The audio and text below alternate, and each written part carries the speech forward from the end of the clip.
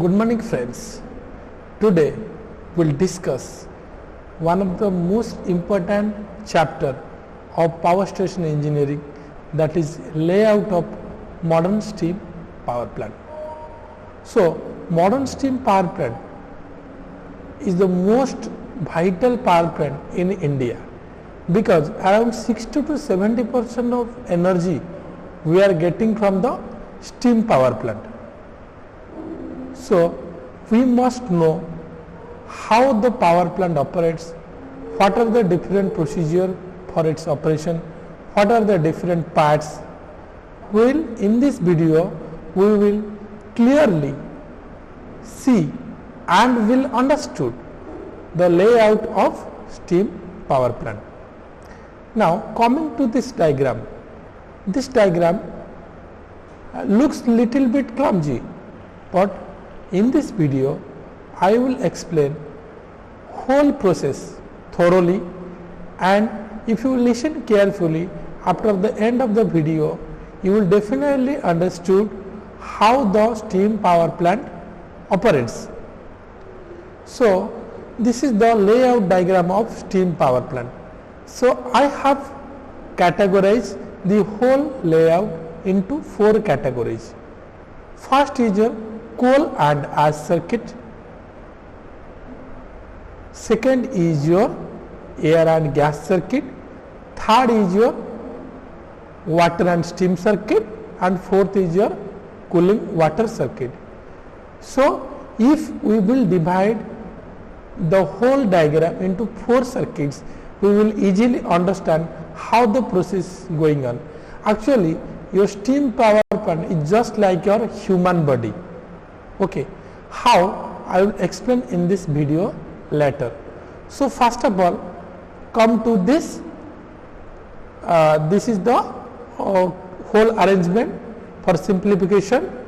This is coal and ash circuit, air and flue gas circuit, feed water and steam circuit, and cooling water circuit. Now come to the coal and ash circuit. Suppose let us say boiler is your human body. As human body requires some food. Okay. Similarly, boiler requires some coal as food. So coal received in a coal yard for power station is transferred to the furnace by CHP or coal handling plant. Coal is coming from the railway wagon, then here coal unloading takes place. After that coal preparation takes place. Some of the mud, some of the impurities has been thrown out from the coal. Then it is go to the coal storage. Okay. After necessary preparation of the coal from coal handling plant is taken to the boiler bunkers by means of a bucket conveyors. That means when coal storage we will supply to the CHP. In what happens CHP? In the generally coal storage there are different sizes of coals are present, but during the feed to the boiler we have to break into small pieces or equal pieces. So that is all happening in coal handling plants. That means coal from bunkers fall into the hoopers by gravity, and finally the requisite quantity of coal either goes on falling directly on grate. Grate is the lower part of the boiler where combustion takes place, or where the coal spreaders are provided. Coal is spread into the grate to rear end with the help of coal spreader. Now coal has been sent to the boiler. So after the burning, the byproduct of the coal is ash. So ash is the product of coal combustion in the furnace along with some flue gases. About 20% of the ash falls in the bottom as hooper of the boiler and periodically removed mechanically. The ash from the hooper is removed to the ash storage by means of scrap conveyors. That is happening in ash handling plant. That means after the burning of the coal it produces ash, so that ash can be removed from the lower part of the boiler by ash handling plants. After that it is sent to the ash storage. We can use that ash for we have heard that there are fire brick from ash Okay, it is also used in construction works. So we can use the ash after the coal production. Next is air and gas circuit.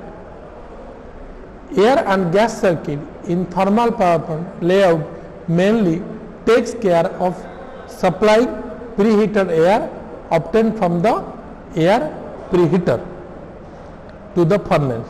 That means as a human body we inhale some air, okay, so that air is supplied to the boiler. So air is coming from the atmosphere, cold air, which is now supplied to the air preheater. So at air preheater, what happens? The flue gases coming from the boiler will preheat the air, or that hot air is now supplied to the boiler. So atmospheric air drawn into the air preheater through the forced draught fan, that is the FD fan, forced draught fan, where air is heated by the hot flue gas coming out from the furnace.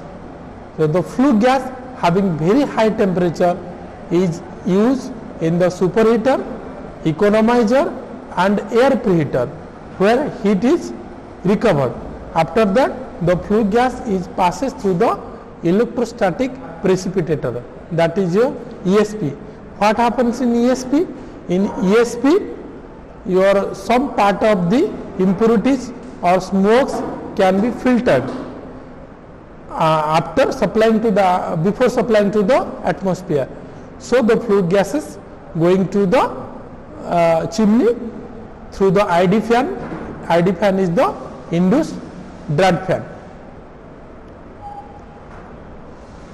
So before going to the chimney, what happens? The flue gases will heat the steam in superheater, then economizer, then air preheater, then after that it is go to the chimney. Okay, all these things we will discuss in the latter part of this video.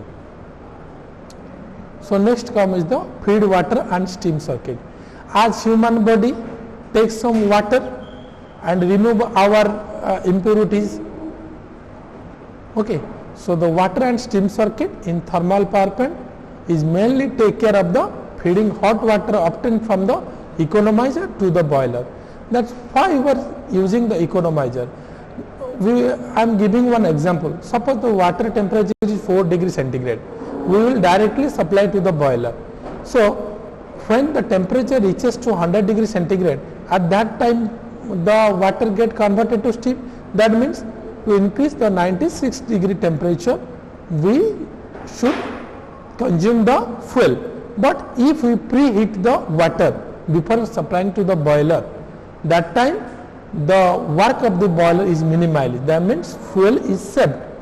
That's why we use economizer. Okay. So the condensed water is forced through the pump into the feed water. As I told, free water heater is supplied into the boiler to make up the lost steam, and the water is fed to the boiler. So now this superheated steam is passed to the turbine. So it will strike the vanes of the turbine. The turbine shaft of the turbine rotates as it is coupled to the generator. Next come to the cooling water circuit. Cooling water is passed through the condenser where steam is condensed. That means after steam passed through the turbine, it is goes to the condenser.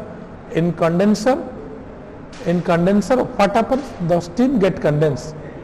Okay, condensed and converted to water. For the cooling purpose, we are supplying one cooling water to circuit to the condenser. Cooling water circuit can also be a closed system where the cold water is sent through the cooling tower for reuse in power plant. The cooling water circulation in the condenser of a thermal power plant helps in maintaining a low pressure in condenser. Now come to the main circuit. As I have told you, I have categorized the whole figure into 4 circuits. First is coal circuit. I have explained coal circuit. Second one is your air and gas circuit. Air is coming through the atmosphere. You can see in this diagram where FD fan is fitted, and this air is supplied to the air preheater. Then after that it is supplied to the boiler. So after boiler, when the water converted to steam, it goes back to the superheater. In superheater, what happens? The moisture of the steam is removed. Okay. So now the dry saturated steam is supplied to the turbine. Why the moisture is removed? Because if the moisture is present, it will rust the blades of the turbine and the life of the turbine blade will be minimized. For that we are using superheater. We are not using any extra source of energy from outside. The flue gases going to the chimney we will use in superheater, in economizer, in air preheater. After that it pass to the chimney. When steam is supplied to the turbine, it will strike on the blade of the turbine. The shaft of the turbine rotates. As the shaft of the turbine is coupled with the generator, the shaft of the generator also rotates, and later it produces electricity. Some part of the steam is exhausted to the condenser. As I have explained in earlier part of the video, what happens in cooling tower I already explained. Now the steam which is passed to the condenser get condensed and converted to water. Some part of the air is extracted at the condensate extraction pump that you can see in this diagram. So after that it is supplied to the low pressure feed water heater. In low pressure feed water heater, we are getting steam from the low pressure part of the steam turbine. At low pressure feed water, then again it passed to the deaerator. Deaerator what? It removes the dissolved oxygen present in the water. So to operate the deaerator, we will use the steam from the steam turbine. After that it is fed to the high pressure feed water pump. In high pressure feed pump, the pressure and temperature of water get increased. To run the high pressure feed water pump, we will use steam from the high pressure part of the turbine.